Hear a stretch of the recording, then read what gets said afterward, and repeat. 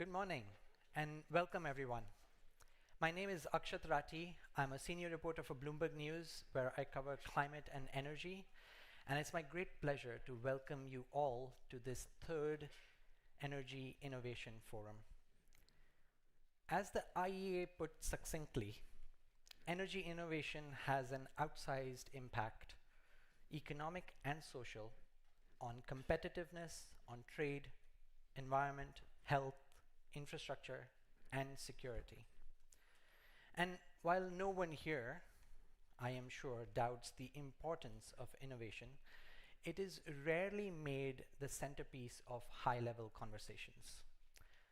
So that's why, despite the many short-term challenges that the world faces, that all of you face in your daily jobs, the dialogue among you at this forum is going to spotlight the issues that are holding innovation back. This forum happens alongside the ministerial meeting, and your contributions at this forum will be fed into the meeting.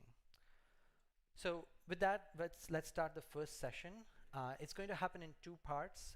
We will have two speeches from the co-hosts of the forum, followed by a video, and then we'll have a panel discussion with innovators and investors to get the perspective of those working at the forefront of innovation. With that, let me invite to the stage Minister Sophie Hermans, Deputy Prime Minister of the Netherlands and Minister of Climate Policy and Green Growth. The stage is yours.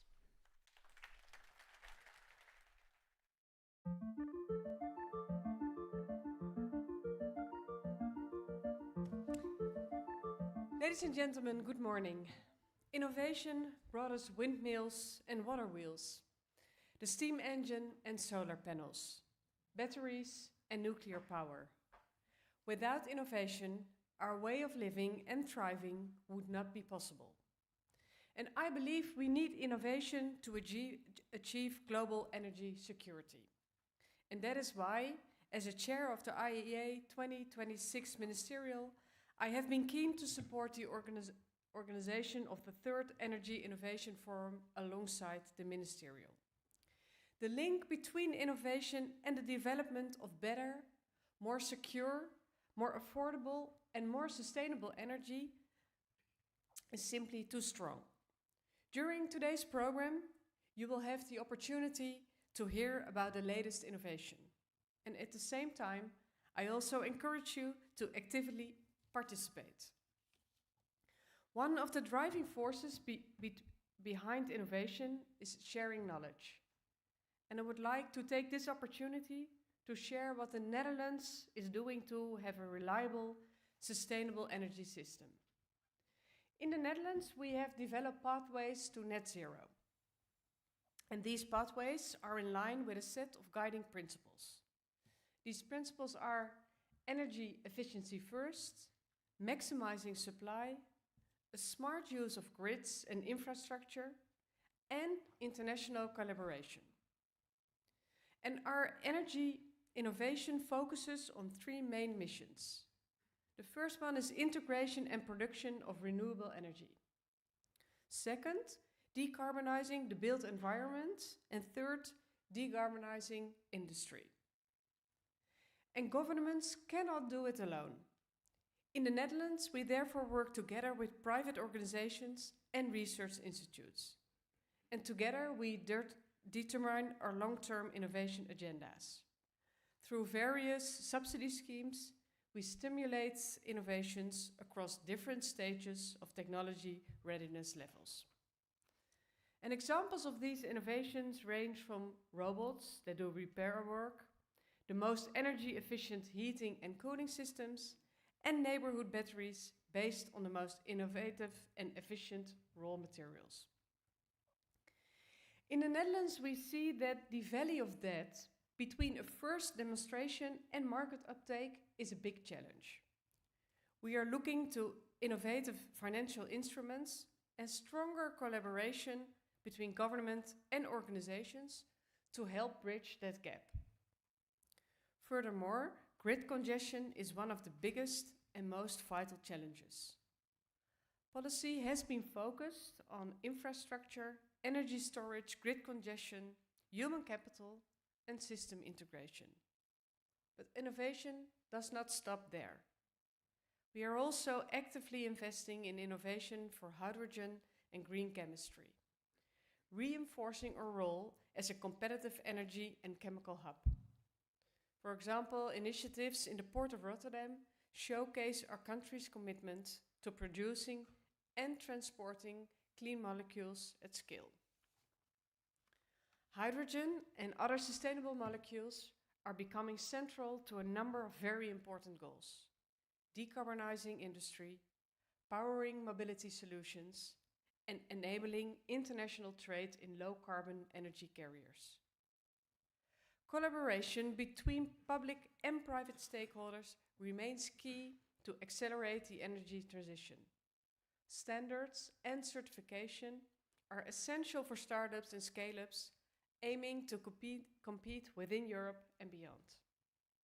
Standards build trust by demonstrating safety, quality, and reliability. They reduce market entry barriers and give access to regulated markets and procurement processes. Internationally recognized standards also enable faster global scaling. They lower compliance costs across regions. Improved alignment between global standards enables start and scale-ups to compete with established players. It is essential to achieve growth and competitiveness. In conclusion, innovation is key to achieving our goal of global energy security. We need long-term agendas, long-term investments, and long-term commitment for collaboration. And today, we take another meaningful step in that direction. Thank you.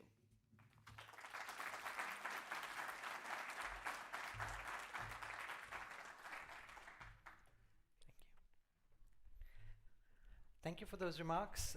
Next, we'll have the Executive Director of the IEA, Dr. Fatih Birol. The stage is yours.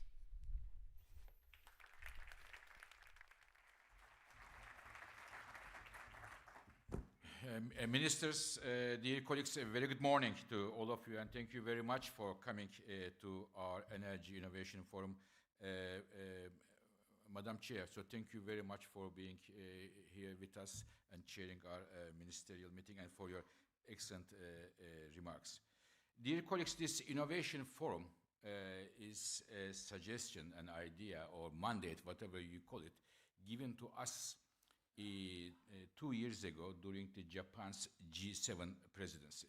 So we took over from our member countries to organize the Innovation Forum, bring together the governments, industry, innovators, startups, and investors, and we organized a few of them, and we see that there is a lot of interest, and we will continue to do so. And I want to thank our Chief Technology Officer, Timur Gül, for putting this together. So, dear colleagues, when we look at the only last 20, 30 years, not a long history, but only last 2-3 decades, we see so many technological breakthroughs, from solar PV to batteries, from the shale oil and gas in terms of horizontal drilling, and the SMRs are coming through. And these breakthroughs happen based on good data, good analysis, and we believe good research and initiatives around the world.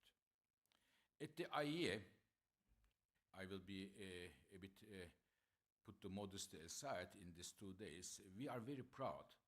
We have the data on many, many things, and one of them is the technology.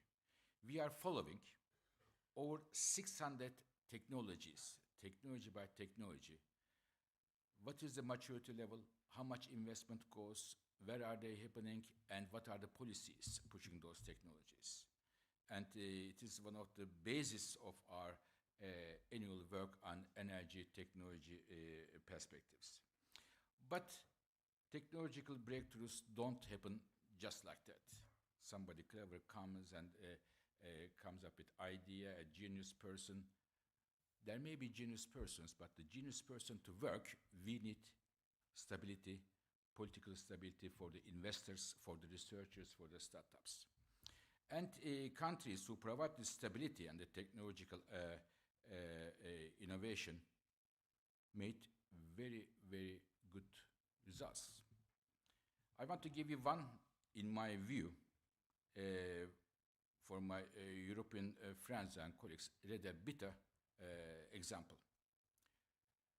First of all, I should say that in the year 2025, when we look at all the power plants installed in 2025, close to 2/3 are solar panels. This is a data, this is a number.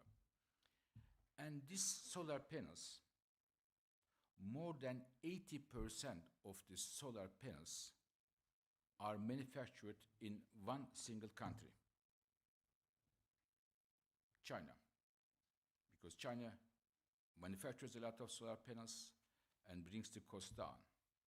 Now, what is my point for Europeans? In fact, 25 years ago, it was the European countries who started the solar journey, put subsidies, put incentives for solar technologies, but after 3 or 4 years, or maybe 5, they dropped the ball. China took it over, provides stability and also incentives for the manufacturers, and China is the number one today.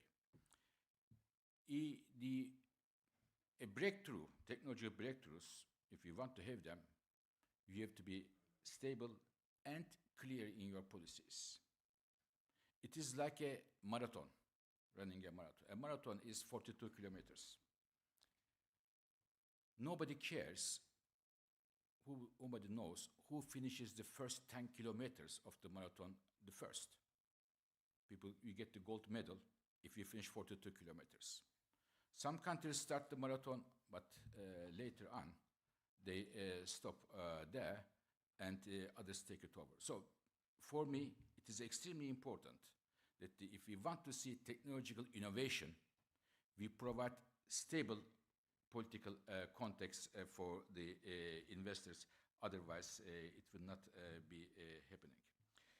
Dear colleagues, we are at the IEA looking at all technologies, from the carbon capture to the microgrids, from microgrids to SMRs, from SMRs to advanced geothermal technologies. Countries choose technologies for different reasons: for energy security, for the competitiveness, and for reaching their climate objectives, as Madam Chair already mentioned. We are taking this innovation issue, technological innovation issue, very seriously. It's one of the priorities of the IEA. It is the reason we have a huge group at the IEA looking at all these technologies, existing and the emerging technologies, and we are also very happy that we are also receiving this year, very soon I should say, an international organization under the roof of the IEA. This is called Mission Innovation Secretariat. Over 20 governments put Mission Innovation with the ambition to accelerate the innovation in the right way.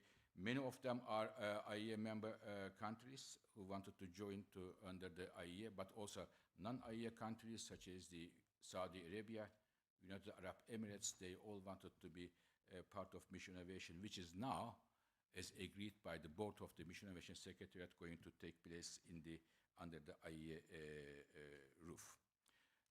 To finish, dear colleagues, we have at the IEA a lot of data on technology and innovation. We have excellent analytical skills.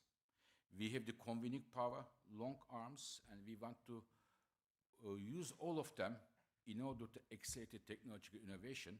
And throughout this day, in this forum, we would like to hear from you. How can we help the betterment of the humanity by accelerating technological innovation?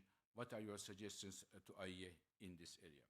Once again, thank you very much for coming to Paris, and thank you very much for being the part of this forum. Thank you.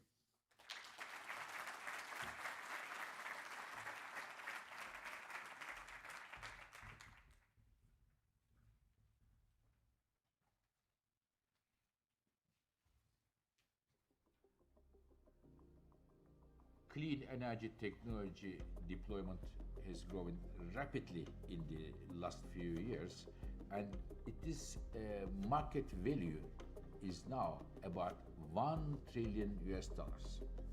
And this is a testament to the innovation in the last several years.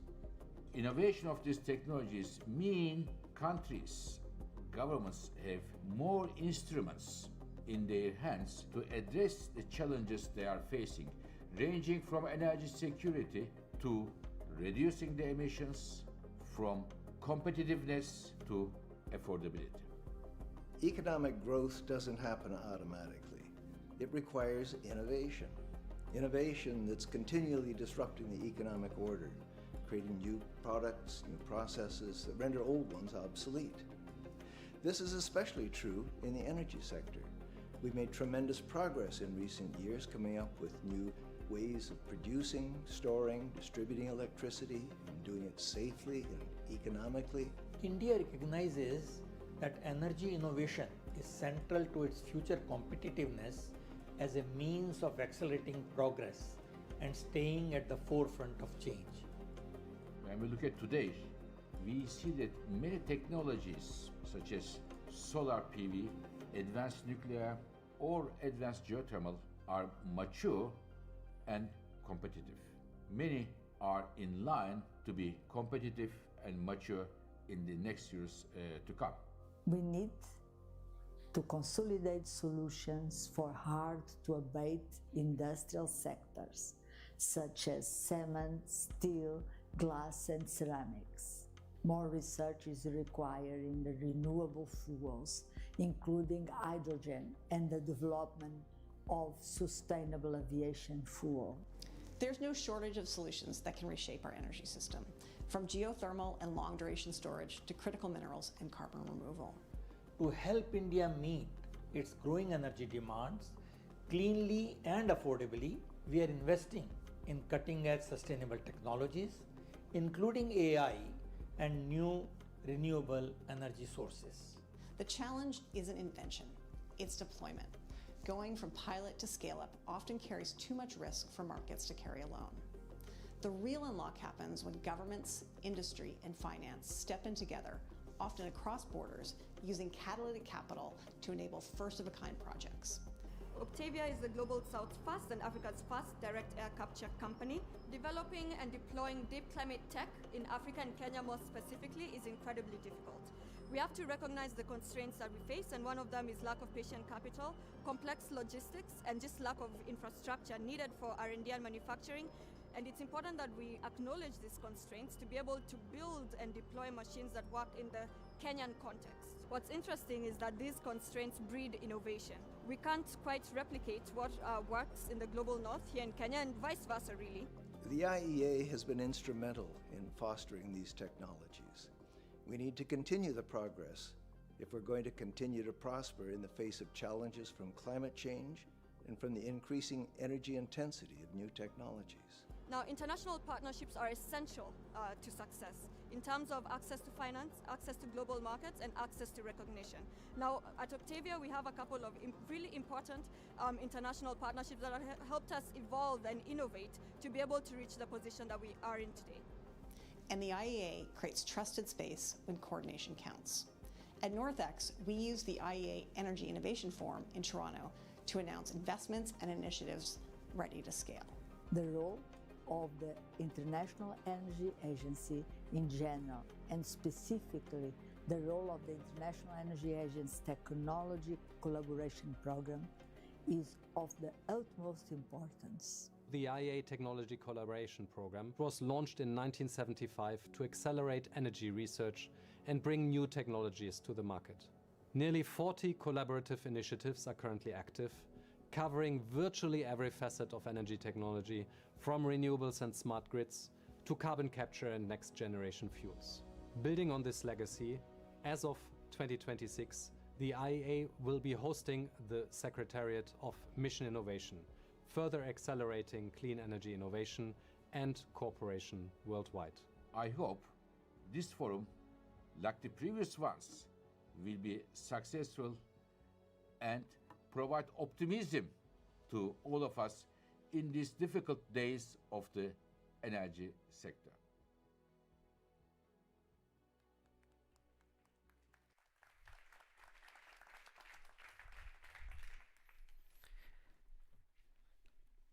With that, let me invite to the stage the next list of panelists of innovators and investors. Please welcome Kiki Lauwers, CEO of Horizon, Aurore Belfrage, the co-founder of an early stage investment firm Sustackable, and Soreen Grama, the co-founder and CEO of Transera.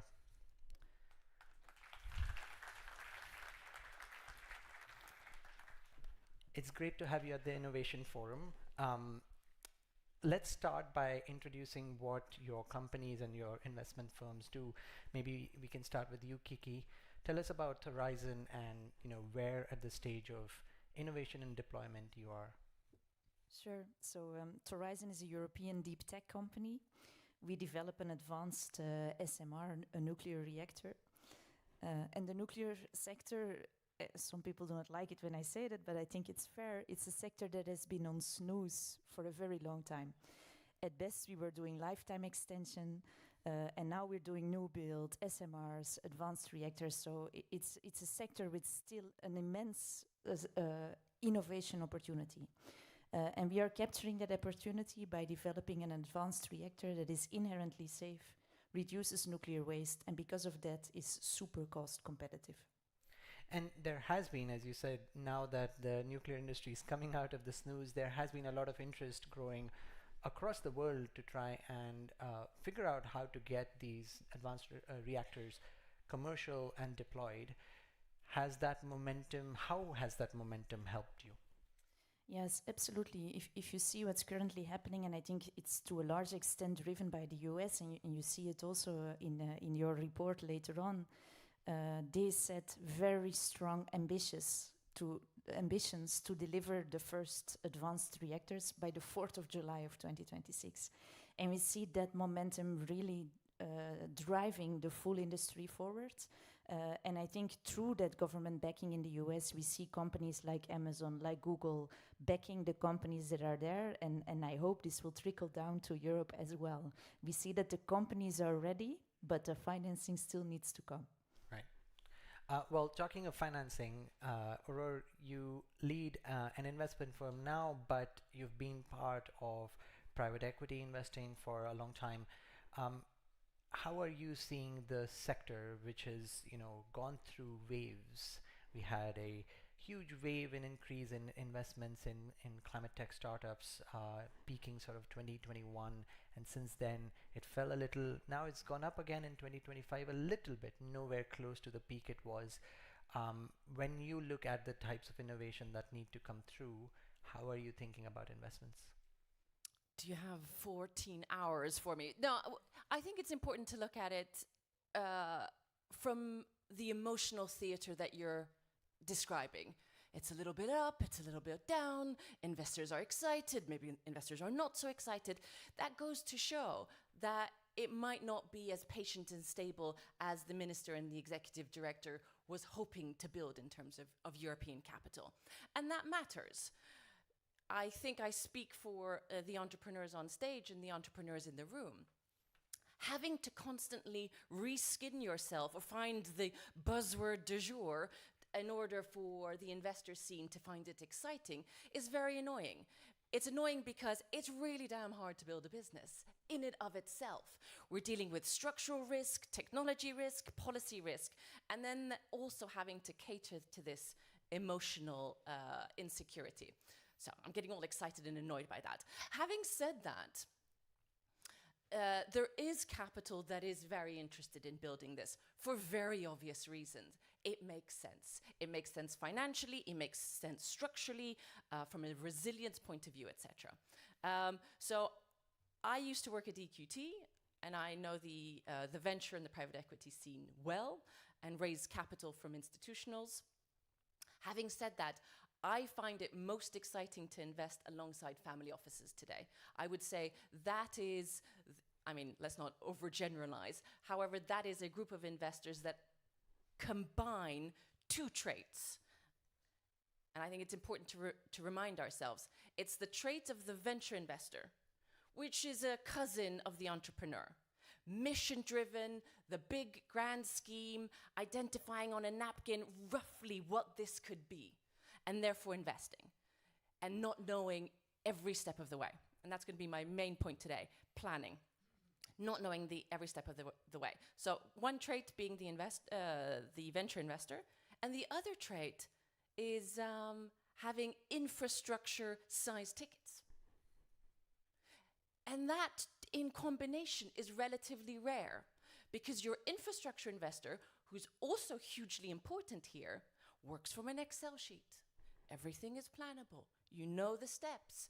You identify a 0.00 IRR, and you know which week that will be delivered.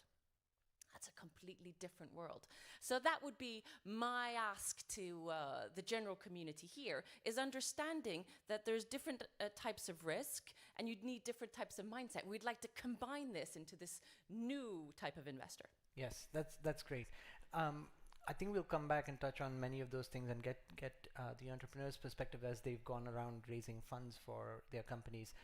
But Sorin, maybe let's start with introducing Transera and where you are on innovation and deployment, and then we can come to the investment part. Sure. My name is Sorin Grama. I'm co-founder and CEO of Transera. We're a company based out of Boston, Massachusetts. Thank you for inviting us here at this European event. Transera is rewriting the book on air conditioning using a material science approach, a new type of material that can absorb moisture.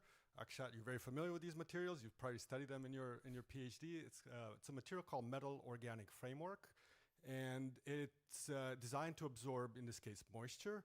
And the point I'm trying to make is that we can bring new science to bear, and that's the chance we took at Transera about 8 years ago. We started a company 8 years ago with a what if we can take these materials and see what they could do for air conditioning. They can be used for a lot of other things, but our focus was air conditioning because I had experience with cooling in general, refrigeration. I spent nearly 9 years in India working on a refrigeration system for Indian farmers. So I took that knowledge, the market, and the challenge of cooling and applied a new idea, which is these materials, and they work great. So we are just deploying the first commercial systems. These are all in the United States right now, but Europe is a great market for us, so happy to discuss with people. Yes, well, metal organic frameworks, I studied them while I was doing my PhD, but they've been expected to be huge applications, not just in cooling, all sorts of places. Won a Nobel Prize recently, so it's finally getting to a place where it's getting deployed. Now, space cooling is the second fastest growth industry for electricity use, only after data centers over the past decade. And we expect, given the trend of warming, that there will be more demand for it in the coming years. Has that momentum fed into the company, or are there other issues when you go out to raise money, for example?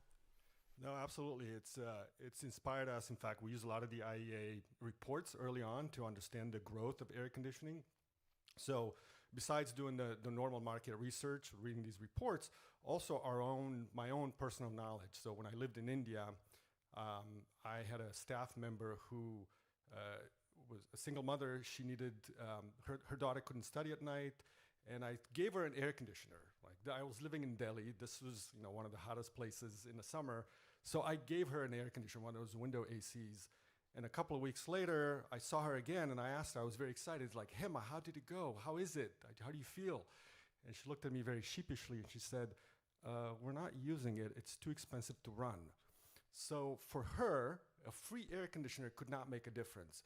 The price of electricity is so high relative to the incomes in India that she could not operate it. She really couldn't turn it on.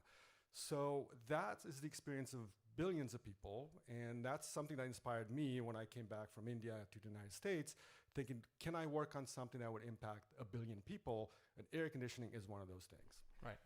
And now reflecting on Aurora's point around fundraising, Kiki, maybe talk about how the landscape has been for you for the last few years, given the roller coaster. Absolutely. I think for one, we're very lucky to have the Dutch government supporting us. So we have, for example, Dutch government investors like InvestNL, Dutch provinces that are backing us and that have this strategic long-term interest. At the same time, you need private capital. So we have a deep tech VC fund that is backing us as well, and family offices. I think especially in those first stages, and I don't know about you, but I'm in that ecosystem, and then you see the LinkedIn posts coming, yes, yet another fund that is able to do the early stage tickets. And then I'm thinking, yes, but you know, the funnel, it will become a problem. And it's good to have more companies, but we need big capital. We need those big tickets. And I think if you look at the European landscape, there are very few of these big tech VCs that can do it. I think there are about 50 specialized funds, and 90% of those are smaller than 300 million. So they cannot invest in the next stage for companies like us. And it's not that Europe does not have capital. There is patient capital. It just needs to flow to innovation. So it's pension funds, it's corporates, and that's really the capital that I think we need to unlock to make innovations like ours a success. There is discussion on that happening. So we had the Draghi report looking at competitiveness in Europe. There has been an increase in the amount of money that governments are willing to spend, especially when it comes to security issues, and energy security is key part of that. That is all within the last 12 to 24 months. Are you seeing that show up in the conversations that you have? To be honest, not fast enough. And I think here the example of the US, it's a nice example. And we can all say it's crazy, but they want nuclear fission in advanced reactors by the 4th of July 2026. That's what they want. Now, the Draghi report is 2.5 years old. That competitiveness fund is still not there. And if we look at the strategy in Europe, we want to solve export control by July 2028. So we need to accelerate, and it's great that the governments are changing and backing us, but I think we need private capital, because those are the actors that can move a lot faster. So I think that's really what we need to do, unlock the financial sector, unlock the corporates. I think the example of ASML and Mistral, for example, it's a fabulous example of a corporate backing such an innovation. And I think we need to engage the private sector because they can move fast, and Europe needs to accelerate. On that point though, Aurore, let's just try and understand the points you were making on the fact that there is that venture capital mindset, right, which wants to take these ideas which are needed in the world and make them a reality. But you need the infrastructure type of spending, which is large ticket, because of its large ticket, less risky.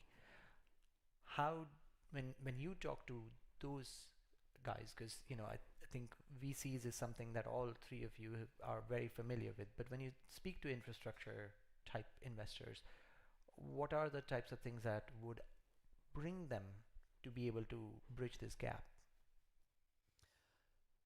I think that we have built a system that hampers us, and I think it's quite easy actually. We are holding on to like little teddy bears planning. And it sounds banal. This is going to take 10 months, it's going to cost 10 million, I need 10 people, etc. But we've built a system where we need plans. We need to communicate to shareholders or to citizens, and we stick to those plans. And when we move away from the plan, structural anxiety happens. So I would say, let's free ourselves from the plans. And I think we've all heard the Eisenhower quote, plans are useless, planning is essential. We need to know where we're going, and then let's take a first step, look at it, iterate and move. An unfortunate, sad example, when I look at technological innovation and see what's happening in the Ukraine, I see massive development in short spaces of time. not because they're more innovative, but they've freed themselves from planning because it's urgent. So I would say, one, free ourselves from planning. And the second thing is, we talk about risk. And you say, what do I say to the infrastructure teams? What is the risk of inaction?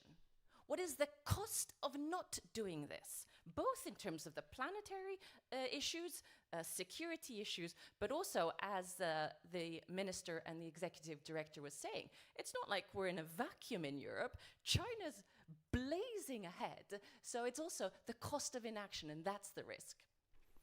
Well, talking of China, and glad you brought that up, but we have seen here in Europe, which was not a place where air conditioners were needed, but they are now, and there's growth in demand, a place that can afford to pay for air conditioners. There's been an increase in air conditioners coming from China because they can make them cheaply. And so when you're thinking about bringing on this new technology that's going to be more energy efficient versus having all these traditional players, there are big players in the air conditioning market, right? How do you compete? How do you, as a startup, get to a place where you're getting your first deployment, where you're getting infrastructure type money for a new technology? Yeah, no, that's always a challenge. So for us, we started looking at doing a residential version of the air conditioner and realized that we could not compete with China and products made in China. So we pivoted to, as startups do, we pivoted to a commercial market. So what we're making right now, these are commercial rooftop units that sit on buildings, large buildings, warehouses, office buildings. And that's going to allow us time to bring the cost down, to demonstrate the technology to investors, to users, and then eventually adopt it for the residential market. And I think we can compete because, in fact, these materials are quite inexpensive to make. The technology, although it's more efficient, doesn't have to be more expensive to produce. So with the right partners, and perhaps overseas, and it could be Chinese partners as well, we can bring this technology to the masses. Initially, like I said, we're making it in the United States, all for the US market. We can make it here in Europe as well. But I don't think technology like this needs to be more expensive than the conventional. In fact, the Rocky Mountain Institute ran a Global Cooling Prize program a few years ago, which wanted to demonstrate that technologies that exist in the lab are viable in the market. They don't have to be more expensive, and that's how we got started, and it proved that. So I think it's quite possible to do it without any subsidies, and just volume and demand will bring the cost down. So the solution you bring is, in a way, an energy efficiency solution, even before it's a cooling solution, because you're saving energy in the process of producing the same amount of activity. Energy efficiency is something that the IEA, but in general, is a conversation that is not had enough. The IEA has been trying to elevate it, but energy that you don't use is free energy to do other things. In the US, where you are operating, we at Bloomberg have been writing stories about the issues on the grid and the bottleneck, especially coming from data centers, where the amount of power that they need isn't always available. Your conversations with them on efficiency and how your solutions might fit into it, how do they go these days? Oh, they go really well these days. So it's great to see there's a lot of demand for electricity. We have customers that cannot get additional power for their buildings because it will take 2 years to install a new transformer. So they look at energy efficiency. So they can fit more air conditioning or more equipment on the same power line, but it has to be more efficient equipment. So no, we're having very good conversations with customers because of that. I think it's going to be the state of the world going forward. We look at the electricity prices, and for us, I think that's energy efficiency is not, in the past, was not seen as a very, sexy technology, so to say.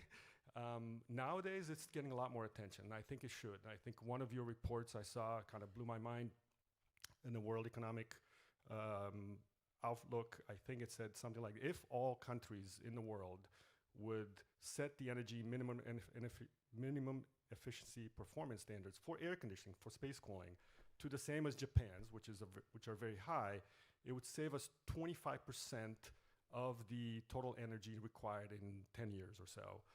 And that's the equivalent of the total energy consumed by Germany today, which is incredible amounts, something like 500 terawatt hours. Could be saved by just setting new, slightly higher or better efficiency standards. So I think energy efficiency has a lot to do, and I think it should get more attention. Now, taking a different way to the challenges that a nuclear startup faces, right? In case of Transera or some of the other startups where there are smaller projects that you can start with and use the learning from there to actually reduce the cost of building these and iterate pretty quickly.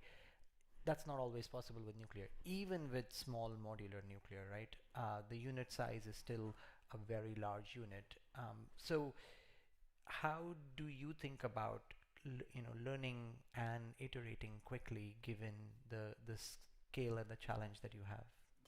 No, I think for us, if you look at the example of SpaceX and what they did to the aerospace industry, that's really something that we aspire to do. I think the aerospace industry, in that sense, it's comparable. It's also a heavy regulated sector with very high safety standards, which are absolutely needed. But still, you can prototype and you can learn very quickly. And that's what we are doing at Horizon as well. So we build small loops, small prototypes and heat exchangers with fuel, and that's non-nuclear fuel, so salt in our case. And that's experiments that we are already doing today. So we do this on a component level to show that we can build, we can procure, and the system behaves as we expect it to behave. It's engineers and prototyping people together in a lab learning every day. And the next step is to build a larger non-nuclear prototype and a nuclear demonstrator. And for us, that is an amazing tipping point if we can achieve that and start construction still in this decade. And you need to get permission from governments to be able to build these. So I'm assuming your startup compared to Transera has a different structure internally, that you probably have a policy team that is continuously engaging with governments. What does that look like? How do you build out as a startup, which is not a thing most other startups have to think about, a policy team to ensure that you can proceed at pace? Yes, so for us, nuclear safety, it's not a specific team. It's really embedded in the full organization. Everybody needs to understand what nuclear safety is about. What's important here is that we have very early dialogues with the different governments. So we are very lucky that we can do these joint pre-licensing dialogues with the Netherlands, with France, and with Belgium involved, because in this way we already comply with the regulations of 3 European countries, because that's of course the issue that we have when we go to the market with the fragmentation in regulations in Europe. In the US you can span a full continent with one regulation, and we tackle that by working together with multiple regulators already from day one. Well, if you speak to the Americans, they're going to say, we have states and states have their own laws too. So it's not always that as easy as that. But you wanted to come in. I was just wondering, do you know the Swedish word smorgasbord? Yeah. So I think it's important that we embrace the smorgasbord. There is no silver bullet. There are going to be a lot of different technologies, and they were going to need a lot of different permitting and a lot of different capital. And that's not necessarily a bad thing. It's great. There are different opportunities, and there's a lot of innovation. Myself, I am long geothermal. I've invested in drilling. I'm here with my sister who does wave technologies. You are nuclear, and there's a plethora of interesting things out there. So I think it's important that we look at it from that point of view, and there is enough challenges to fill all these holes with these types of technologies. And I think from a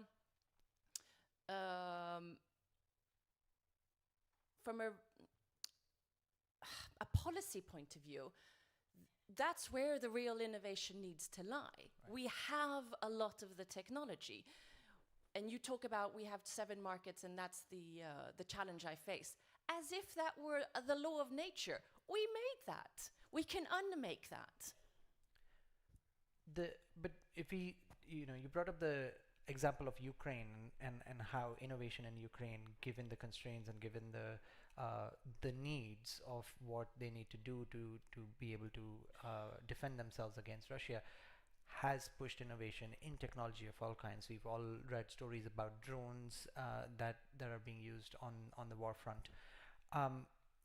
Defense is also gaining momentum in investments here in Europe, in the US. You're and North such a America. diplomat. It's gaining momentum, but that means that anyone that's not in defense is sitting on the sidelines. My whole portfolio has reskinned themselves into resilient, sovereign, blah, blah, in order to be exciting Right. for defense tech. Is it working?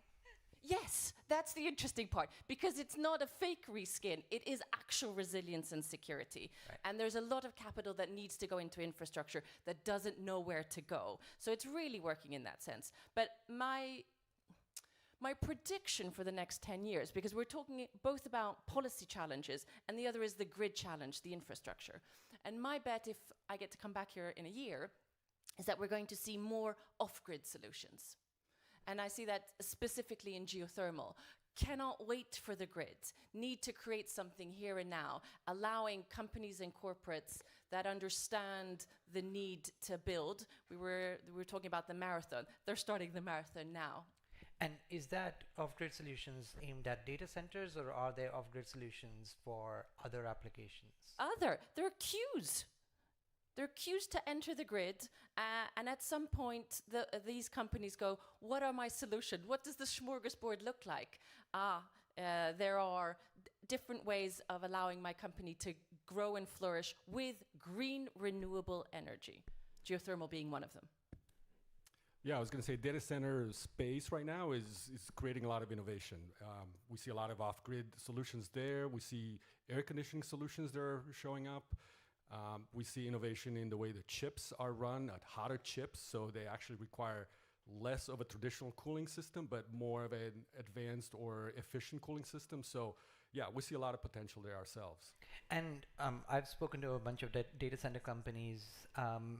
They have, because of the needs, energy teams that work on separately procurement, energy team that works separately on efficiency, and these are scaling up very, very quickly.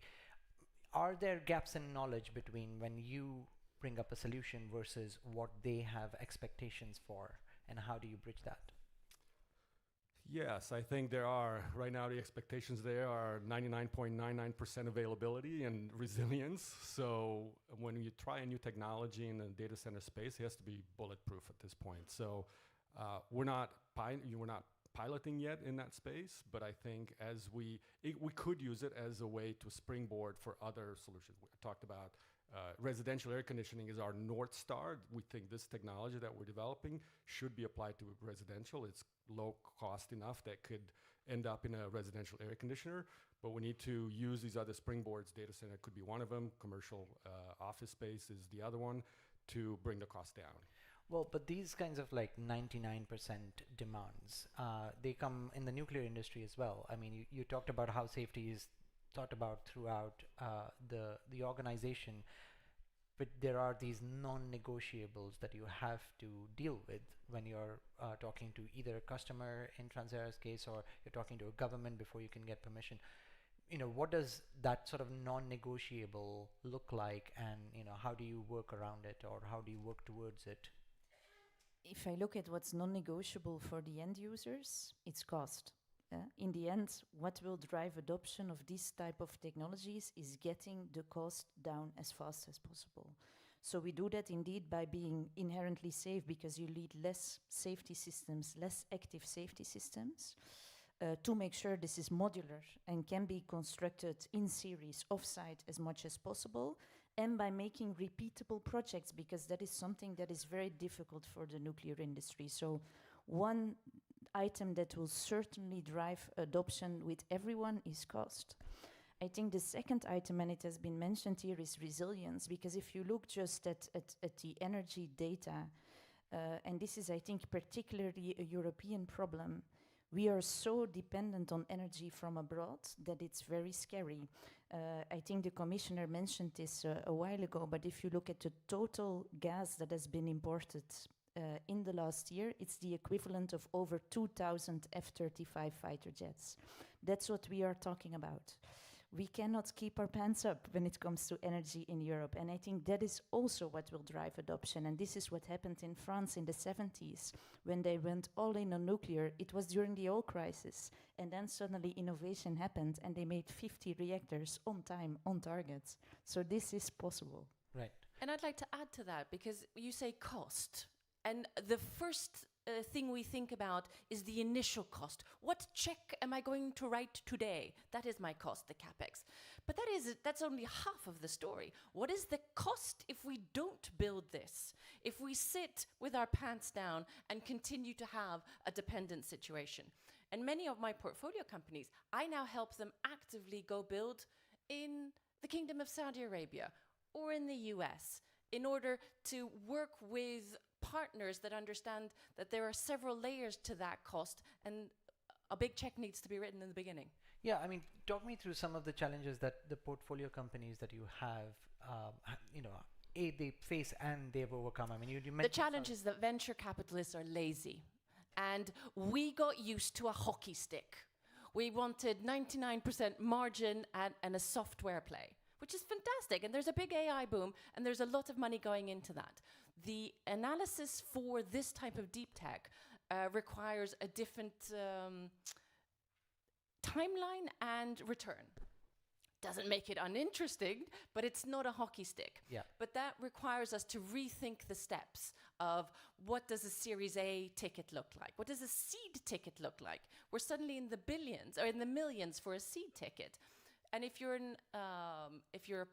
a pension fund or a venture investor, you go, that's outrageous. So we need to create a different conveyor belt and a different type of terminology for these companies. And I'd like to highlight my old colleagues at EQT, together with McKinsey, created 7 framework investment types, allowing investors to feel a bit of confidence in, I'm now putting in millions, but I'm still pre-revenue. And that's okay, it's formulaic. But are there examples from your portfolio companies that you can bring up? I mean, the fact that they're going to Saudi Arabia and the US as European companies, I'm assuming, that must be a way to feed that back to governments here, to the European Commission. Geothermal is very an exciting space, and I'm an investor and sit on the board of a Slovakian company, or originally was a Slovakian company in Slovakian technology, and now it's an American company. And we build the technology mainly in Texas, and that is efficient, fun, fast, and they are excited about geothermal in the US. I think, though, that Europe is going to be a very interesting market for geothermal. And there is a lot of spiel right now, not least in Holland. And where we see grid congestions, we see increased excitement. So I think it will be bottleneck driven, actually. So there are opportunities. Another geothermal company that I sit on the board of is building in Iceland for obvious reasons. But the rest of our opportunities are in Taiwan, in Japan, in the US. And we politely talk about Europe. And that's a bit, and it's a shame, because at the end of the day, when you sit on the boardroom level, it's a question of raising capital, setting a plan, building a team, and money flows, it meanders the easiest way. And Europe isn't that yet, but it has all the opportunities. Well, are there developing country venues for these startups to build in, given, typically those places have land that is cheaper, labor that is cheaper, and these days governments that are interested in having startups come to them. We heard in the video, Kenya has built up an ecosystem for carbon removal, for example. I think the last bit is the real opportunity. Where are you welcomed? And more than just the high-level high five, the bureaucrats throughout the system need to take risk. And this ultimately becomes a governmental procurement issue. Do we understand innovation procurement? And you can very easily make the argument, I am prudent with taxpayers' money. That's great. You should be prudent with taxpayers' money. I only buy robust and tested technology. That sounds great. But if you only buy robust and tested technology, that means you're not in the driving seat. Commercial entities have iterated it and built in that technology, and you come in at the end, accepting what is. If you put yourself in the driver's seat and take part in building, be part of the teams, take a bit of the risk, and let me say it, maybe lose a little money on the way, you are part of it, and therefore you can build it to your requirements, both when it comes to security and resilience, data and security and privacy, what fundamental AI you want, etc., etc. Right.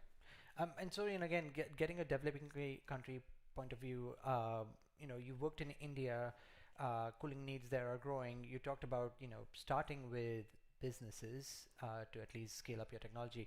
There is immense demand in India and in many developing countries on industry, and India is probably one of the few developing countries that's actually built an energy efficiency market. Now, there are credits that industries get to be able to use their energy efficiency deployments so that they can further make their processes energy efficient. Have you considered, getting into India again with your product, and how? Yeah, absolutely. I think India has not only demand, but also has the talent, has the infrastructure to allow for fast deployments. The first company I started was the company I mentioned. We developed an energy storage device for refrigeration.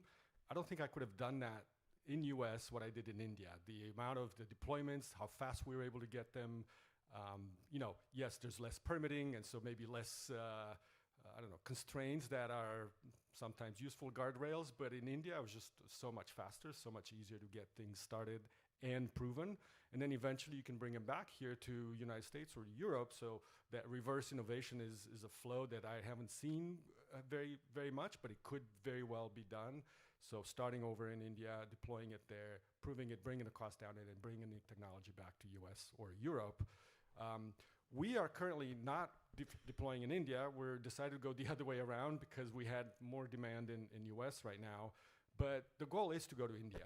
And I was just there a couple of months ago, kind of looking around, trying to figure out if this is something we should do sooner or later.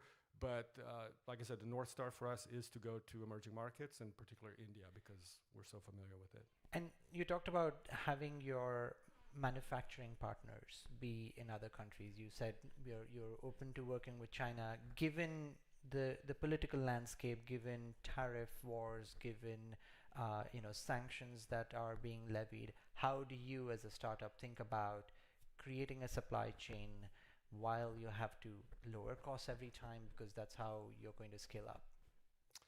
Yeah, I know supply chains are a big topic these days, as you know, with tariffs and all. That's just throwing everything, sort of a whiplash effect. So yeah, right now a lot of my company and other companies in our space trying to basically produce domestically as much as possible. When it comes to, I think my point that if we're going to deploy in China this technology, we have to find partners and manufacturing in China. If it's in India, we'll do the deployment, the partners and manufacturing in India. There's no reason to go to China to export something from China to India. You can do it just as well in India. And likewise in Taiwan or Indonesia, we will try to do it locally and produce the materials. We can produce the materials locally and find local manufacturing partners to make the products in the market where they're sold. Kiki, same question to you. Are you at that stage where you're having to think about the supply chain for building up the first plant? Absolutely, and at this moment in time, because we target first deployments in Europe, it's important to have a European supply chain. Now we face the same issues. The nuclear sector has not been very innovative for a very long time. So we have a combination of, on the one hand, nuclear companies, but on the other hand also very experienced high-tech manufacturing companies like VDL in the Netherlands, that is a major supplier to ASML in the semicon industry. Those are the companies that we need to disrupt this supply chain as well. And so we try to balance the both. But at this moment in time, focus on the European supply chain, yes. Right. Well, so throughout the conversation, we've had this chance to be able to understand the issues you face and perhaps give lessons to people here who are policymakers, who are investors, who are entrepreneurs like you. maybe one last question to end the panel then. If you were to leave the audience with one or two things that you'd want them to remember as they go down their various paths, maybe things that might help you, scale up or fund more startups, what would be the one or two things you'd like to leave them with? Yeah, for me, maybe two things. One is I would like to echo what was said in the beginning. Energy, it's not only about the climate transition. This is super strategic. If we want to remain competitive, if we want to maintain prosperity, we need to invest in energy innovation. So that's really crucial. And the second thing is, software is not going to solve that. We need to invest in hardware. I think the hardware engineers are going to be the software engineers of the future. So if your company is not backing engineering companies, engineering development, that is a major issue. And I think we are already late. So this is super urgent. So those are my two main points, and I wish everybody a fabulous event. Thanks. I will add on to that. I agree with the previous speaker. I would say one is know where you're going and chuck the plan. The actual Excel sheet. If you're in procurement, you have a template, click delete and identify where you want to go and at what timeline, and then mirror reality when you procure. I think that is freeing and will allow more people to understand where capital needs to flow. And the other is, when you calculate risk, make a separate calculation for the cost of inaction. What is that risk in parallel to the risk of the activity? Thanks. Great. And so since we have policymakers here in the room, I would say for me, set ambitious energy efficiency standards. The industry always tries to water down whatever efficiency standards you set. I've seen that example in the US. You set a very ambitious one and the industry sort of waters it down because the incumbents, meaning they try to bring that innovation down. There's nothing like a policy that could spur innovation, and in the case of energy efficiency, it can really do a very, very good job. And as we saw from the report, it can save a lot of energy use. So I would say set them high and set them ambitiously. Thank you for your insights, and I hope those lessons are interesting to the audience. Thanks very much.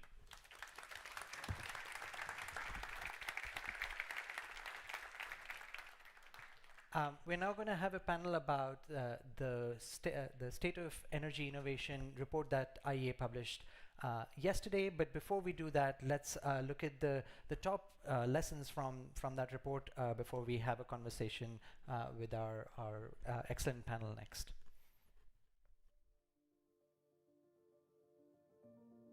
The 2025 Nobel Prize in Economics was awarded for showing that long-term economic growth comes from a continuous cycle of innovation, where new ideas and technologies replace old ones. And in the energy sector, there are many additional reasons to innovate. We surveyed over 270 experts from around the world about what they believe drives innovations in energy today. And in 2025, energy security was clearly cited as the #1 driver. But what drives energy innovation also depends on who you ask. Businesses want efficiency, governments seek growth, and energy-poor regions look to expand energy access. What is driving energy innovation, and what can governments, investors, and innovators do to act where it matters the most? The IEA's annual State of Energy Innovation report brings together all relevant information that the IEA collects in one place to identify where progress is accelerating and where it is falling behind. Innovation progress cannot be measured through one single number. The innovation ecosystem of research, inventions, and large-scale investment is shaped by scientists, policymakers, entrepreneurs, and financiers who all respond to different short-term and long-term incentives. This year's edition reveals a concerning trend. After years of growth, funding for energy innovation appears to be slowing. Global public energy R&D spending, for example, dropped in 2024 compared to its high in 2023, and all data available for 2025 show a similar trend. Venture capital investments in energy technology startups also declined in 2024 and then fell again in 2025 for the third year straight, as AI absorbed 1/3 of all venture capital funding. corporate energy R&D spending grew at its lowest rate since 2015, by just 1% in 2024. With the exception of renewable and power grid equipment suppliers, energy-related sectors allocated an equal or lower share of revenue to R&D. At a time where energy security considerations are front and centre and a key motivator for innovation, this is a worrying trend. When geopolitical concerns over energy were at historical highs in the early 1980s, IEA member governments invested around 0.1% of their GDP on energy R&D. A seemingly small share, but one that has delivered many of the energy innovations we rely on today. Today, that share is only 0.05%. The trend is not uniform across countries. Some regions are approaching similar investment levels to those seen in the early 1980s. Notably Europe, which has boosted the share of GDP it spends on energy R&D in recent years. Elsewhere, only China reaches a comparable level of public energy R&D spending.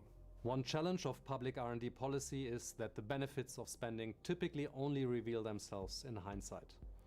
The lithium-ion battery is a good example. Its invention was underpinned by public funding around 1980 and was followed by many research successes in public laboratories. Today, the annual market for this battery technology is worth $130 billion, as lithium-ion battery packs power everything from smartphones to electric vehicles and grid-scale energy storage. Batteries look to be a disruptive technology for the energy sector and beyond, and battery innovation is accelerating further. Battery patents accounted for almost half of all energy technology patents in 2023, an unprecedented share for a single technology. Preliminary data for 2024 show that this share is set to further increase. Battery innovation is now a common priority for many countries, even if their innovation portfolios are otherwise tailored to their needs and their comparative advantages. The energy sector remains an innovation powerhouse. 1 in 10 patents worldwide is related to energy, putting energy ahead of transport, chemicals, and pharmaceuticals. The largest country for energy technology patents today is China, which has overtaken the United States, Japan, and Europe in recent years. Energy innovators made big strides forward in 2025. IEA analysts have identified more than 150 notable advances in energy innovation last year. Over 50 emerging technologies moved closer to commercialization. For 2026, we identified 3 main priority areas for action. There is a renewed interest in innovation as an engine for competitiveness and resilience. Delivering requires strategic decisions, aligning R&D and finance with industrial opportunities, targeting supply chain weaknesses, and accepting the risks that come with pushing out the technology frontier. There is increasing competition between AI and energy for venture capital. Here, we need a clear-sighted view of the funding gaps to ensure that energy projects that promise long-term impacts can succeed. Strong partnerships are crucially important. At a time of geopolitical challenges, it would be especially important for researchers, entrepreneurs, and first-of-a-kind project developers to be able to connect with ambitious customers, funders, and partners so that the pace of progress stays high. The IEA will continue to shine light on the forces shaping energy innovation, to help governments, investors, and innovators to act where it matters most.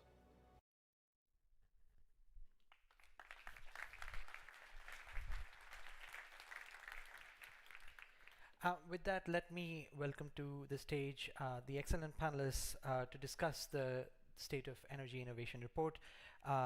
Minister Hodson, Minister of Energy and Natural Resources for Canada, Minister Ausland, Minister of Energy for Norway, Minister Wandai, Minister of Energy and Petroleum for Kenya, and Stephen Rowan, the Vice President of European Patent Office. Please join the stage.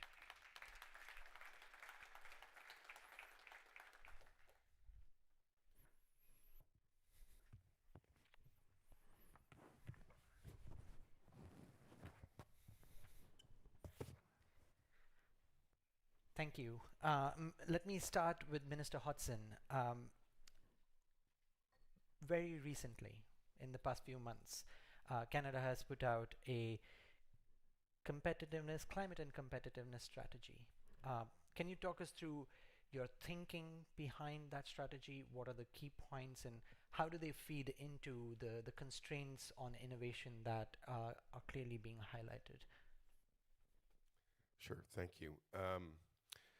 So I think the real driver was a view that we are not going to constrain or shrink our way to energy transition. We're going to have to grow our way to energy transition. We're not going to be successful telling our citizens, you can't have X because we need to reduce carbon footprints. We're going to need to use technology. We're going to need to use innovation to get there.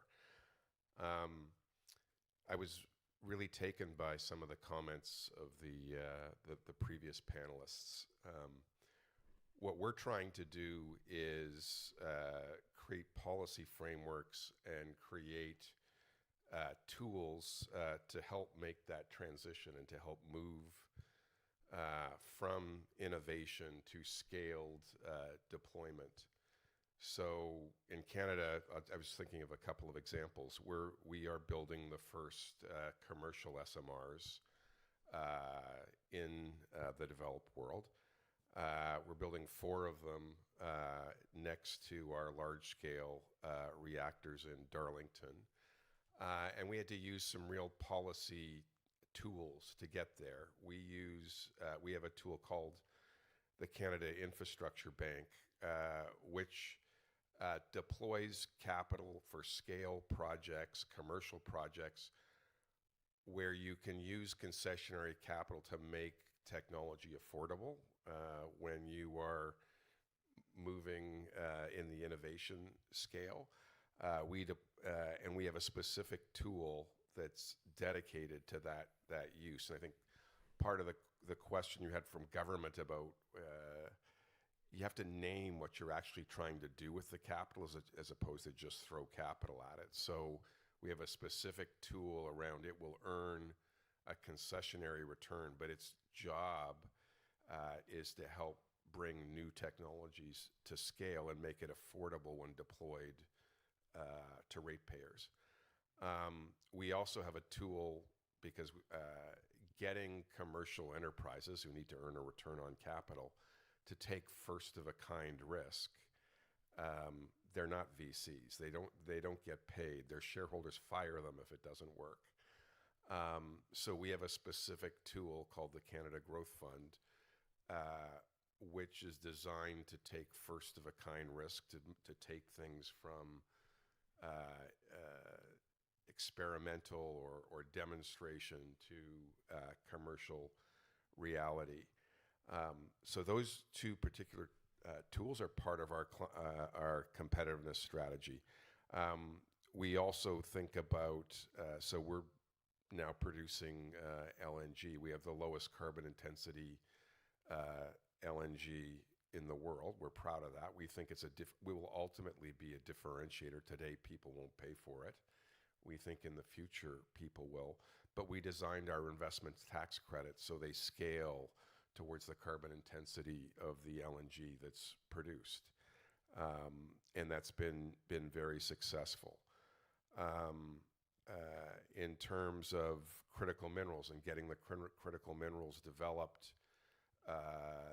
that we need for energy transition, we have problems with supply chains. We think we all understand that. We passed something called our Defense Procurement Act, where we will create stockpiles and have the government step in and create those stockpiles. That creates a certainty of demand to get critical minerals processing facilities and mines up and running. The last example I'll use is we're working on the largest CCUS project in the world. It's called the Pathways Project. It would decarbonize the intensity of our entire oil sands industry. It would take 16 million tons per annum of carbon out of the system. That requires policy changes. That requires new kinds of uses of contract for differences. that requires new kinds of investment tax credits. But we're doing that because we believe that ultimately, if we produce lower carbon intensity products, that will make us competitive in the world. So we think about everything from this competitive lens. There's lots I want to come back to, but let's hear from Minister Ausland. You know, Norway and Canada in some way share one part of their economy, which is both have lots of fossil fuels that you are able to extract and export and help the economy grow. But in Norway's case, the history of trying to combine the resources that you have alongside the policies that you've deployed since the 1990s, scaling up carbon capture and storage in the mid-90s. There are things that Norway has done that other countries look up to, but those are now past successes. What are you looking at today that you can drive in innovation from Norway? Thank you for the question, and it's good to be here. First of all, I think we build on the history. The Norwegian economy is fueled by renewable energy. Our first modern industrial development at the beginning of the 20th century was based on large-scale hydropower. And then we get oil and gas.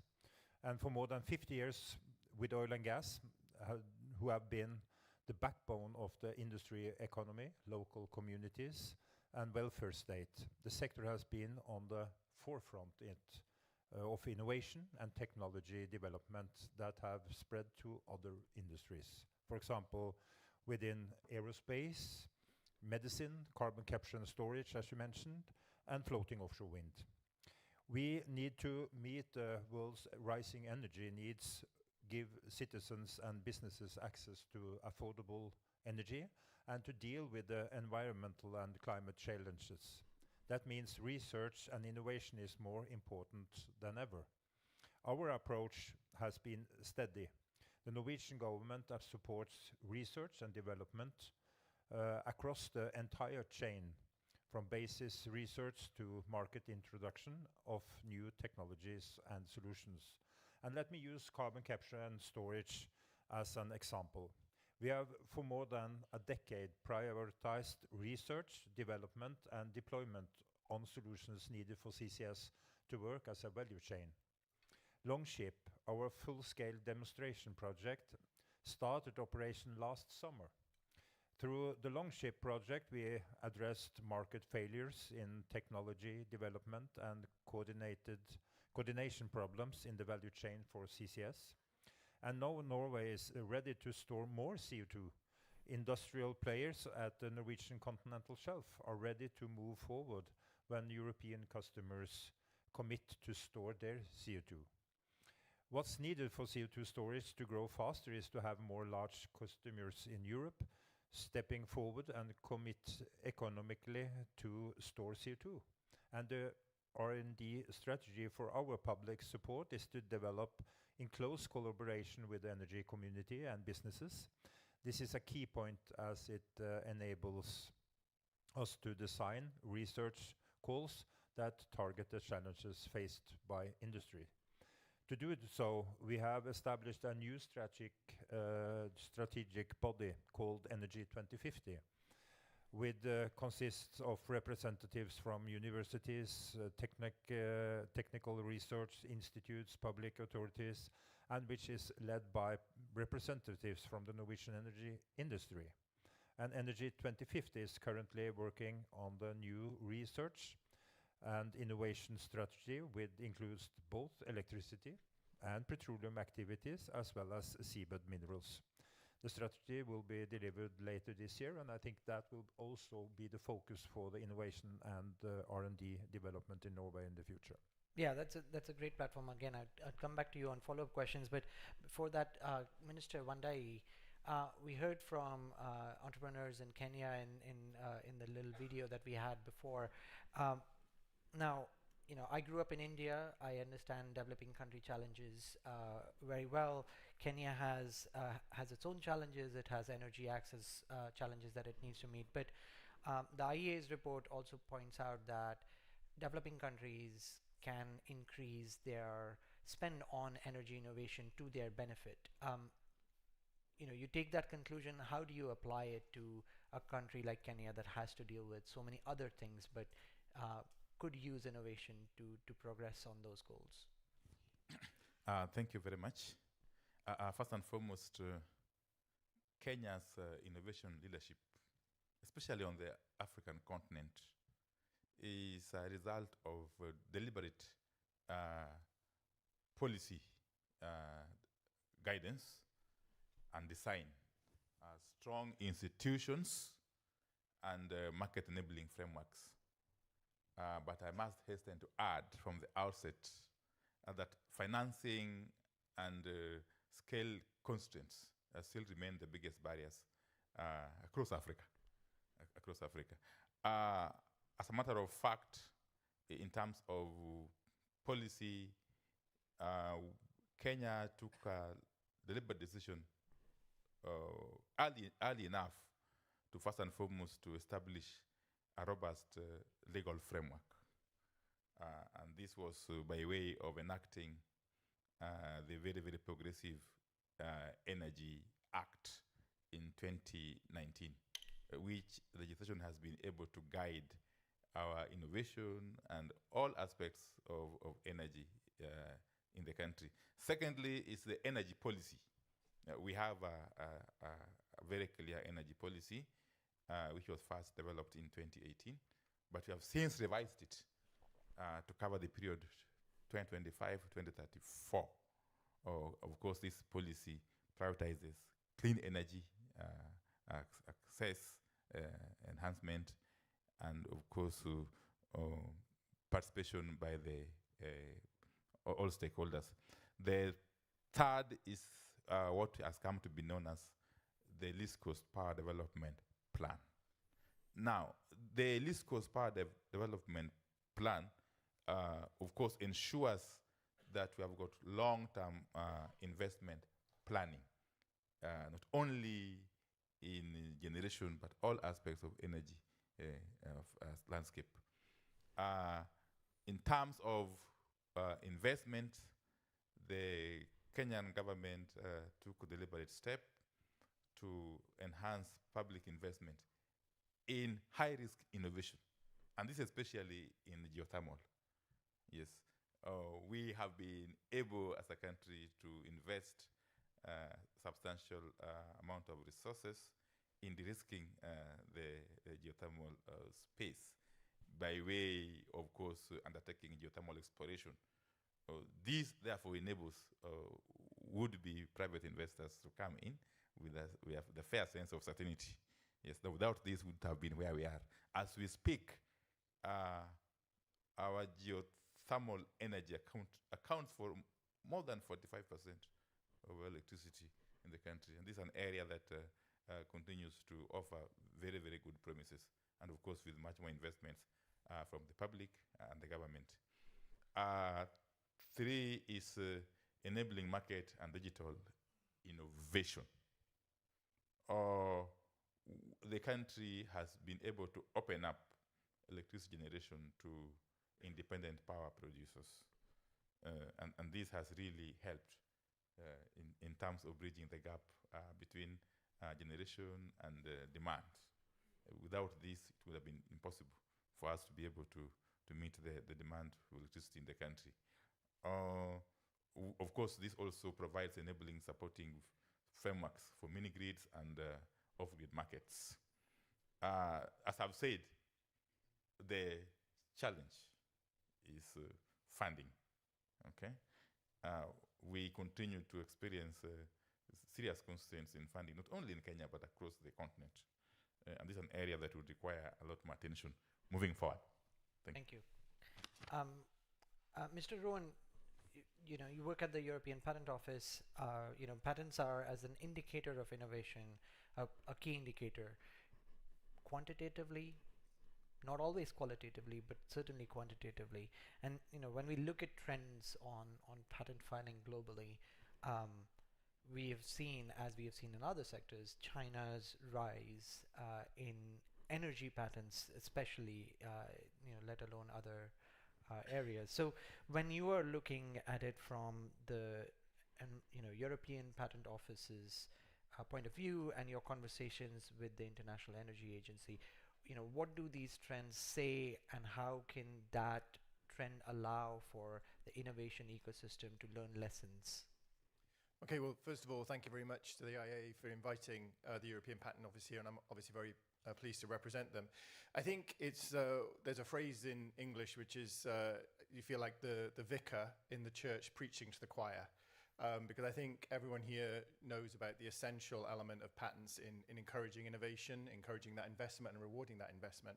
And maybe I'll touch on that a bit, but I think that role is changing, and it's interesting that the previous panelists, it really came through that role is changing.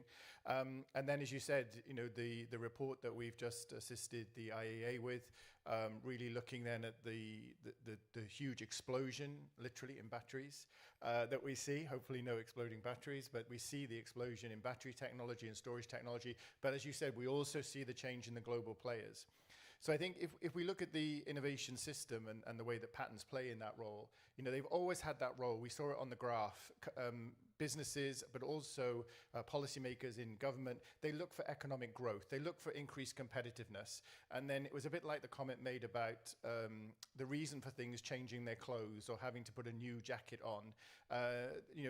More recently then, we really saw that the climate change and sustainability were really key drivers of the innovation. And again, we saw that on that pie chart. What we've seen more recently is that strategic importance of patents, particularly in areas of key technology. And again, energy, as we all know, it underpins all the other technologies. So it's absolutely crucial. But there are the other technologies as well, AI, computer-implemented inventions, but also communication, where interoperability is important. So we see that the governments are taking far more interest now from a resilience point of view, from a sustainability point of view, from a self-sufficiency point of view, in the way in which innovation is taking place. So it's no longer purely about the economics, which it has been before. It's more then about a strategically important topic for governments, both regionally and also nationally. And that obviously brings quite a more intense spotlight on patents. I mean, patents, some people might say boring. We sit there in the patent office looking at applications. Suddenly, policymakers are interested in what's happening in the patent space. And of course, we're sat on 2.2 billion technical documents, which are the public documents once the patent is published. So that's a hugely rich database. And that's where we've been working with the IEA on reports like this to really help shine a light on what that data shows. There were some flash screens of some of the things that we call cartographies, which really drill down. Where are the movers and shakers? Where are the areas which are growing? Where are the areas which may be declining? I was talking to somebody outside about 3D printing, which we saw a massive explosion in applications a couple of years ago. Now not so much, because the real focus is on energy. As the report said, energy overtook all the other areas of technology in 2020, so it now accounts for 11%, which is a big share of the patent space. Primarily batteries, that's nearly 50% on batteries, but there are other areas of technology which are also developing. And as you said, we also see the huge growth in China. You mentioned China's growth in other areas. Our number 2 applicant last year was Huawei. It was number 1 the year before. And so telecommunications is obviously really important, but we see CATL, BYD, etc., really increasing. And if we look at China's patent growth in the EPO over the last 10 years, it's around 200% growth. But in energy technologies, it's 800% growth. Wow. So we see the investments. We saw the lithium-ion development, which I think is a good example where it showed how Europe really led the way. Then Japan took over. Now we see the real developments coming from China, but also in more sustainable batteries such as sodium-ion, solid-state batteries. And I think those are the areas where, again, we're seeing that big increase. But it's not just, as we saw with the presentation, we're seeing really advanced nuclear fission patents coming in, photovoltaic cells, carbon capture, which was mentioned by the Deputy Prime Minister of the Netherlands as well. And what we're trying to do is to really bring those so that people can actually see them through our reports that we've been doing, some with the IEA, some with others, but there's a whole number of reports out there which I think really hopefully help people understand what's happening in the technology space. Right. Well, so I have lots of follow-ups, and maybe I'll just start in reverse order because it's easier. How does the work that you do, the reports that you put out, feed into policy making and decision making at the European level, right? You're seeing all these trends very clearly, and some of them stark. Can you give examples of where that's happened? Yeah, I think, if we're looking at the reports that we do, it's really about helping the policymakers make an informed choice. The EPO is a technical organization, but we recognize that we were sat on huge amounts of data, which is quite impenetrable. There are some 230,000 separate classification codes that patent examiners use. Everyone in this room probably wouldn't understand them. So we needed to make it that people could understand. So we developed platforms, we developed the reports, and we've also also developed the Deep Tech Finder. We've talked about venture capitalist investment, which might come up, but we've catalogued over 11,000 startups in Europe to look at seeing how we can help get that venture capital to them. I think if we're looking at concrete examples, the one thing that's already come up, it's been mentioned, the Draghi and the Letter reports, it is about having the coherent framework, and a patent system is part of that. So Letter and Draghi recommended the unitary patent, full rollout of the unitary patent, also targeted investment, which we're seeing. So we're working also with the European Innovation Council, the IEC, to try and help them then again make informed decisions. So we're doing reports for them on the venture capital investments that they should be making as part of that, to really try and drive innovation. So we don't just foster innovation with a patent system, but we actually drive and actively support it. Right. And Minister Wandai, one of the things that is usually thought of from a developing country perspective is that you take innovation from developed countries and then apply it in developing countries. And of course, you have to adapt those and you have to find ways to innovate within it. But we could also think of examples where the reverse has happened, where innovation from developing countries has been applicable in developed countries. You mentioned off-grid and mini-grid solutions. I don't want to limit you to the areas, but feels to me when I'm looking at rich country problems right now, electricity, grid, and the bottlenecks around supply are very important. Are there lessons from your work on mini grids and off grids that could be used in developed country context?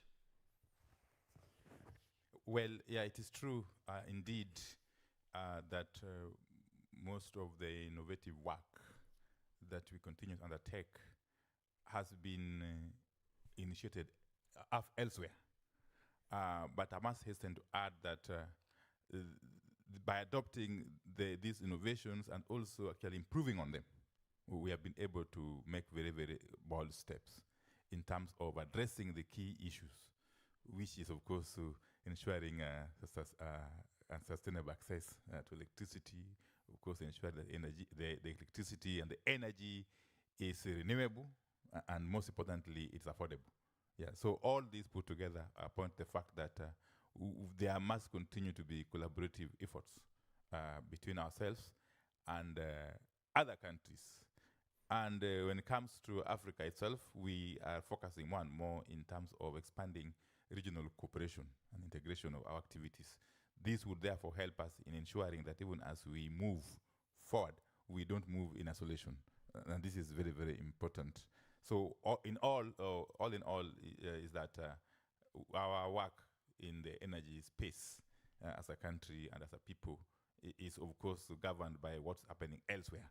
But we have to tailor it to make to become relevant to our needs and systems and, of course, our culture. Yeah. Thank you. And Minister Arslan, you brought up the Longship and the latest carbon capture project.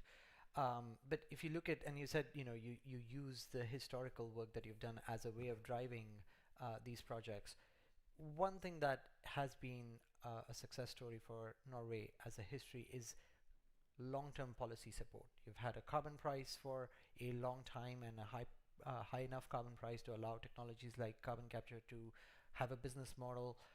Your policy oriented towards electric cars, and the fact that now 100% of the cars that are sold in Norway are electric happen because of consistent long-term support. What allows, because this is not something that every other government is able to do, what is it that allows for, despite political differences which exist in Norway as much as they exist in other places, to allow that kind of long-term policy to actually exist in a democracy where there is robust political debate?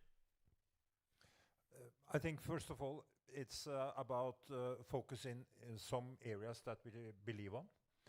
You mentioned electric cars. We want to introduce the electric cars for the market and have a long-term framework and a broad political solutions for supporting electric cars in the Norwegian transport system. And also for the carbon capture and storage. There's a broad political enthusiasm for developing that kind of solutions. So I think the long-term framework to pointing out some technologies that we see are coming is quite important. And when we're talking about carbon capture and storage, when we now can show the world that the long ship and the value chain of carbon capture and storage is functioning, I'm quite proud of what we have done in Norway, because we have focused on the technology development and testing, having a world's largest test center for carbon capture and storage, capture technology in Mongstad, Technology Center Mongstad. And when we can catch CO2 from a cement plant that is over 100 years old now today, it's the experience and the technology that have bring it on the table from the Technology Center Mongstad. So a long-term commitment to new technologies, new solutions is quite important. And I think broad political solutions to stand to a kind of a development is quite important. The challenges today to have long-term commitment for new technologies is that the political debate have changed a lot during the last 4 or 5 years, so it's more difficult now. But in Norway, we will contribute to develop the oil and gas sector and the innovation and the new technologies that come in the oil and gas sector. We want to focus on the carbon capture and storage, the electric cars and the electricity society is quite important. And also new renewable energy sources, for example, floating offshore wind, where I think Norway and the Norwegian industry have experience that we can use in the future. So long-term commitment is really important. Well, maybe just one quick follow-up on that. You talked about the two big examples in carbon capture and electric cars. The strategic thinking is very different. In carbon capture and storage, you're building out an industry alongside the industries that already exist, and you want to become the hub for carbon dioxide that could be brought in from other places into Norway. On electric cars, you've picked a lane. You are not worried about trying to bring electric car manufacturing to Norway. You are focused on very much deploying the technologies that exist. You're open to anybody that allows the best technology to come into the country. You know, that what does that tell people about how to think about deploying a new technology and how to be strategic about it? First of all, back in 2008, 10, we also looking into how we can build electric cars in Norway. It was not a success.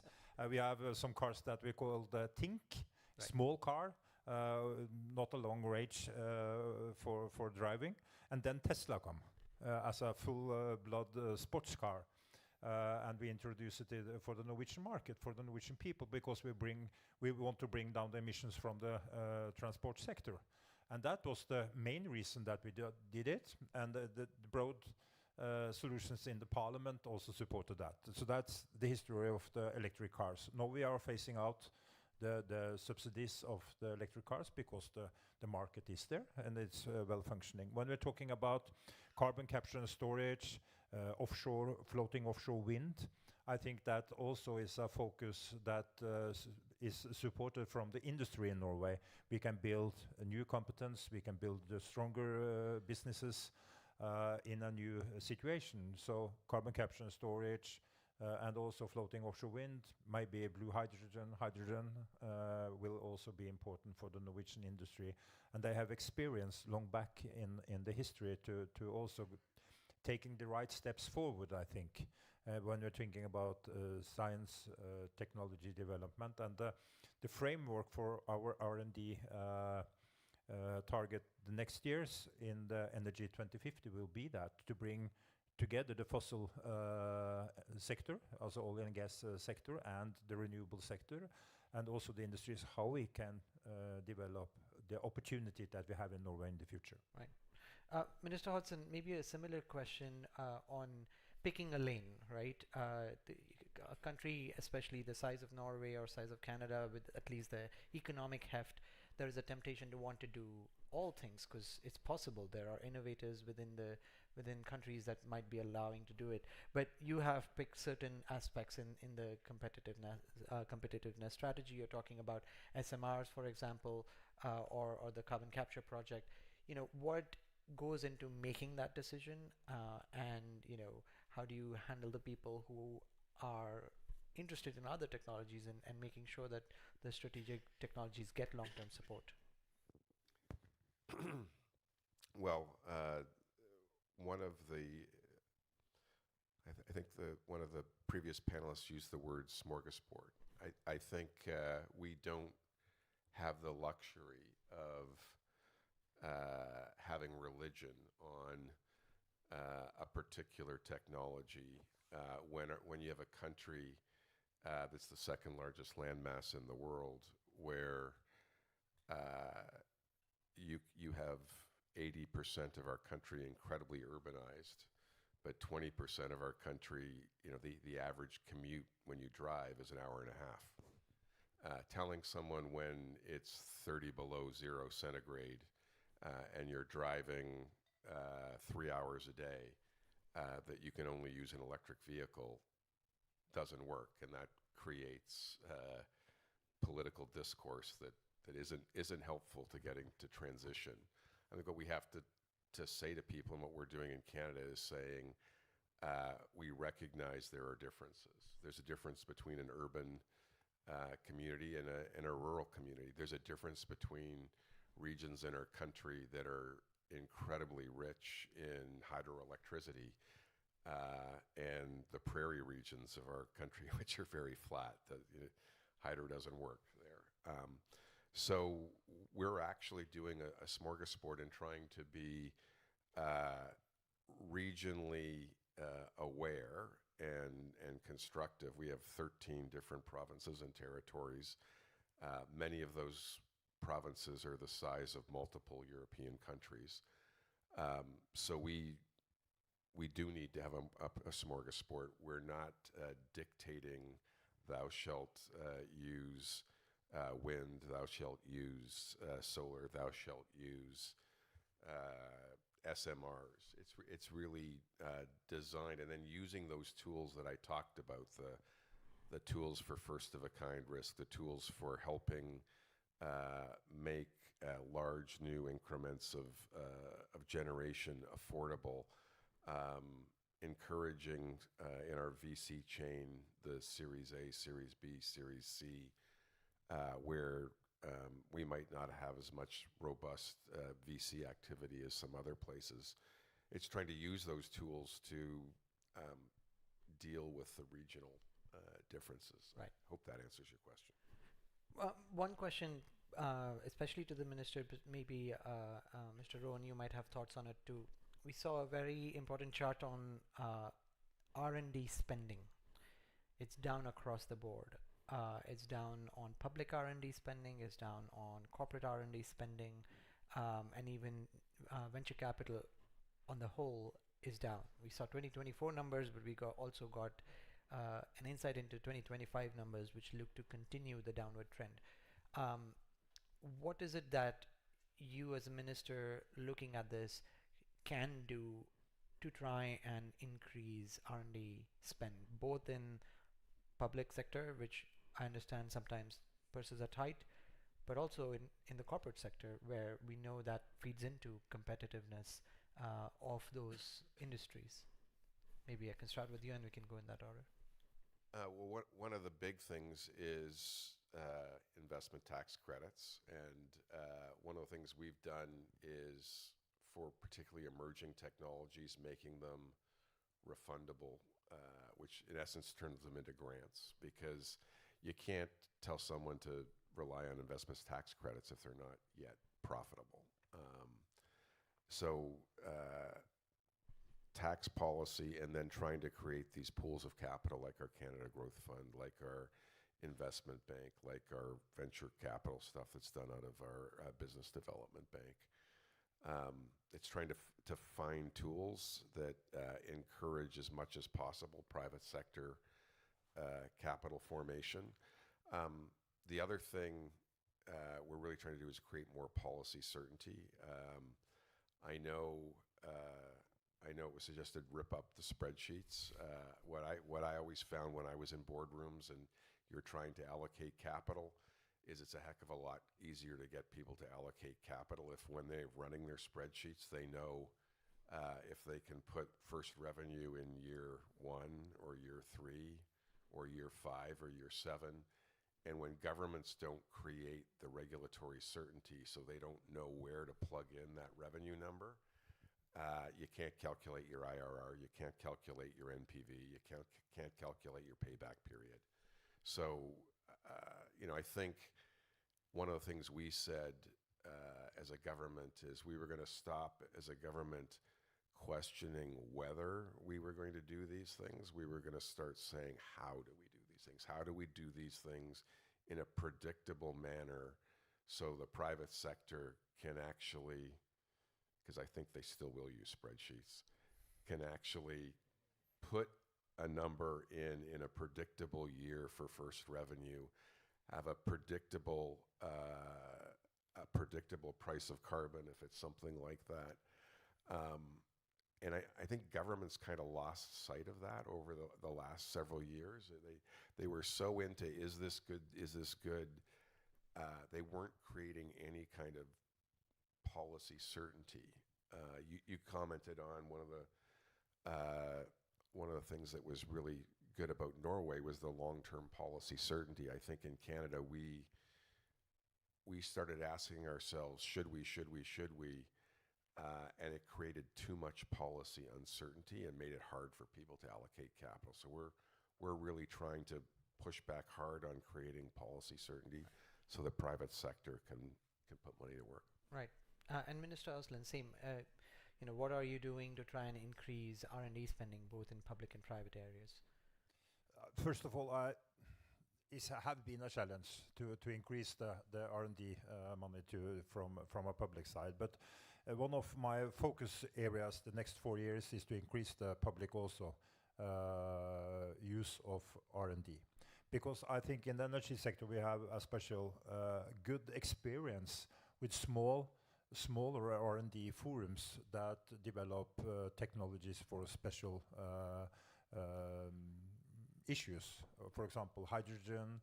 We also have success with how we can manage the grid and the grid capacity. We have a successful industry that have developed new monitoring systems for how we can use the grid system from maybe useful 60%, 70% to 90% is a quite interesting thing. So I think small forums that bring together industries, the scientists, environment, and so on is really good, and we have good experience with it in Norway.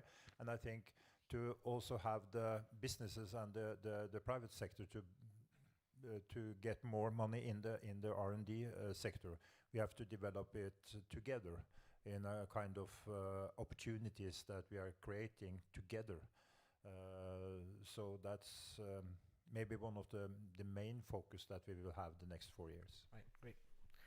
And Minister Vandai, so we talked about a little bit about geothermal. You mentioned a little bit about direct air capture, but that's you have private sector interest in those new technologies growing in Kenya, but what do you do to try and increase public R&D spending, which for a developing country constraints are different, but it is something that can, as the IEA report shows, can pay back 100 times or more. How do you make the case for more energy R&D spending at least at the public level?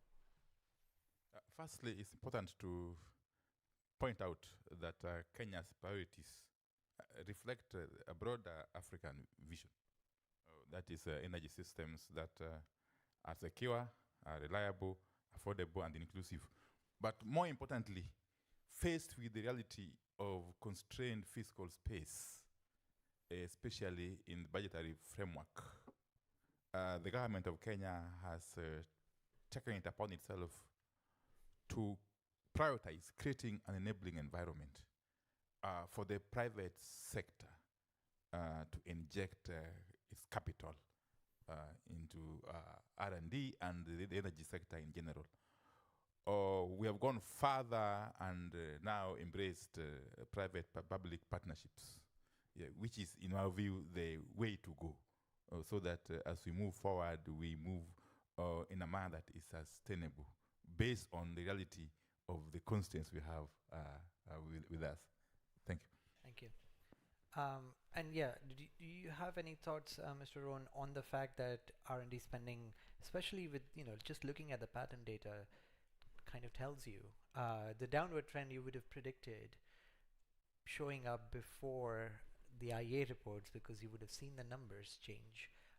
So yeah, are there ways in which you've seen, there's been an uptick in the EU, for example, on energy spending, energy R&D spending, that, what kind of lessons allowed that sort of decision to go through?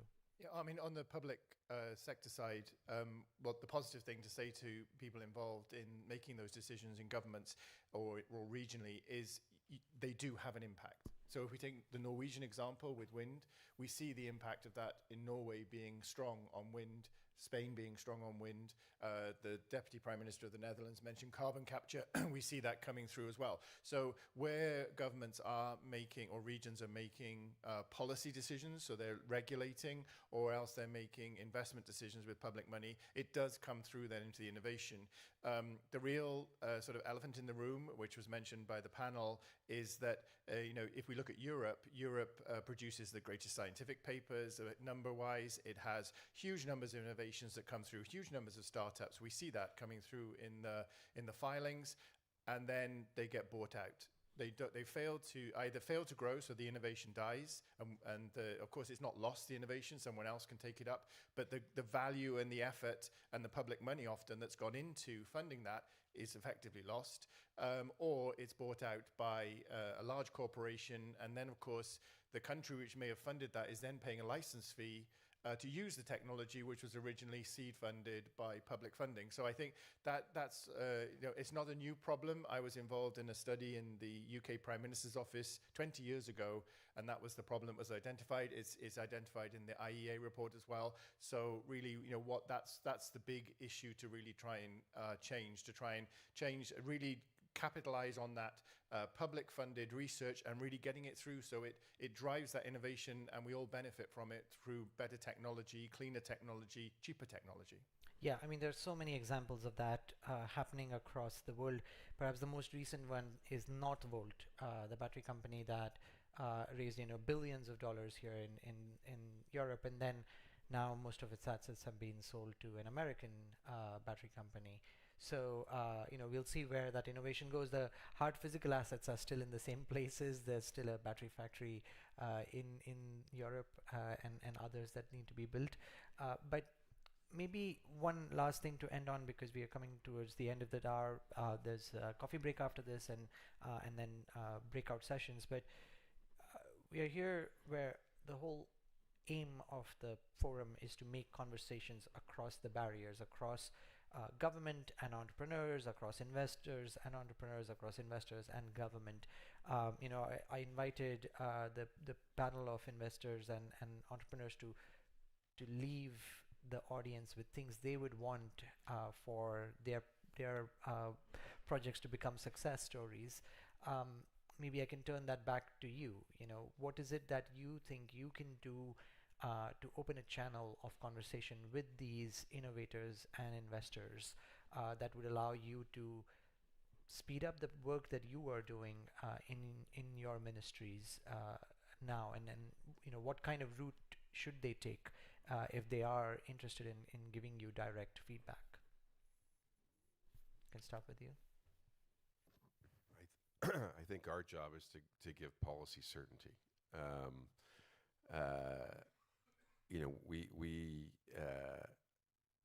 We see governments changing and having radical shifts in the policies they have towards different technologies.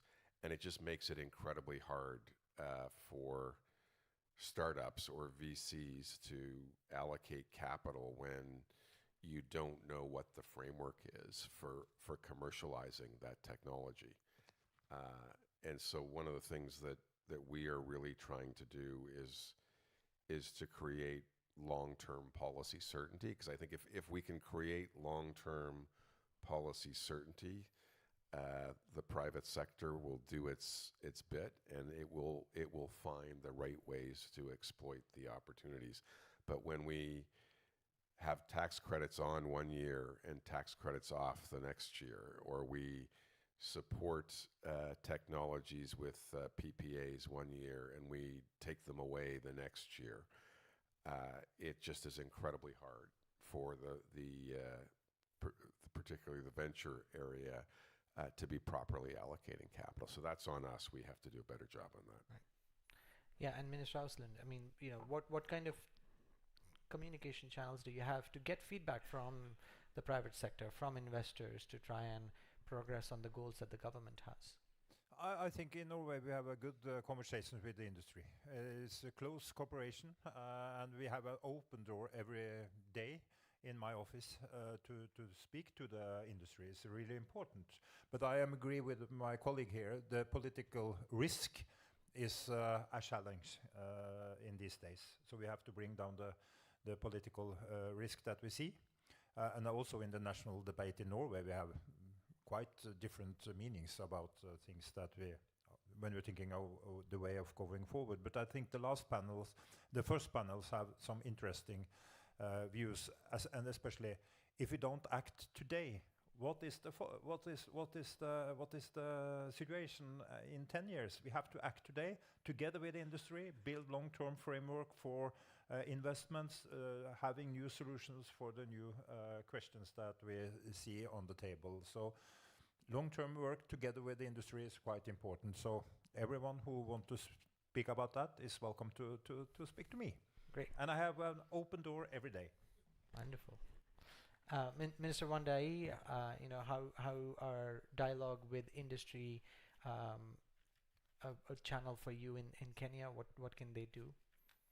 First and foremost, we have established a very robust renewable energy directorate in the ministry that continues to engage very, very proactively with the potential investors, especially in the private sector, but also keeping an open channel with our foreign missions so that we have an all-inclusive approach to the matter of investment. We've gone further as a country and established what we call special economic zones, whereupon if the investors were to come calling and they are encouraged to, of course, do so, then they would get a lot of what I would call exceptions in terms of taxes and so on and so forth.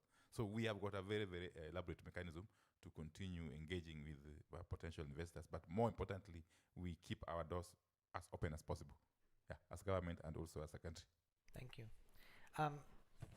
Mr. Rowan, any final thoughts on the state of energy innovation before we let everybody get a break and coffee? Yeah, I don't understand between everyone and coffee, but picking up on the comments that have been made, we have a huge data set which is available on our website, so use that data talking about how people can make a positive difference and feed in. We have the new European Observatory on patents, which we set up in 2023 in response to this increased strategic interest. So there's loads of data out there, loads of reports. If you think there are the areas of technology we should be looking at and doing those reports, then let us know. And also just on a final plug, we're very aware that patenting is costly. So just last April, we put a 30% discount for micro-enterprises, startups and universities, and already we see 10 million saved. I know it's only 10 million euros, but hopefully 10 million euros to those micro-enterprises is starting to make a difference as well. So if there are policy things you think we can do, I don't even have a door, I'm in open plan. So my open plan desk is always open, so please feel free to contact me if you have any ideas. Thank you. Thank you very much for your insights.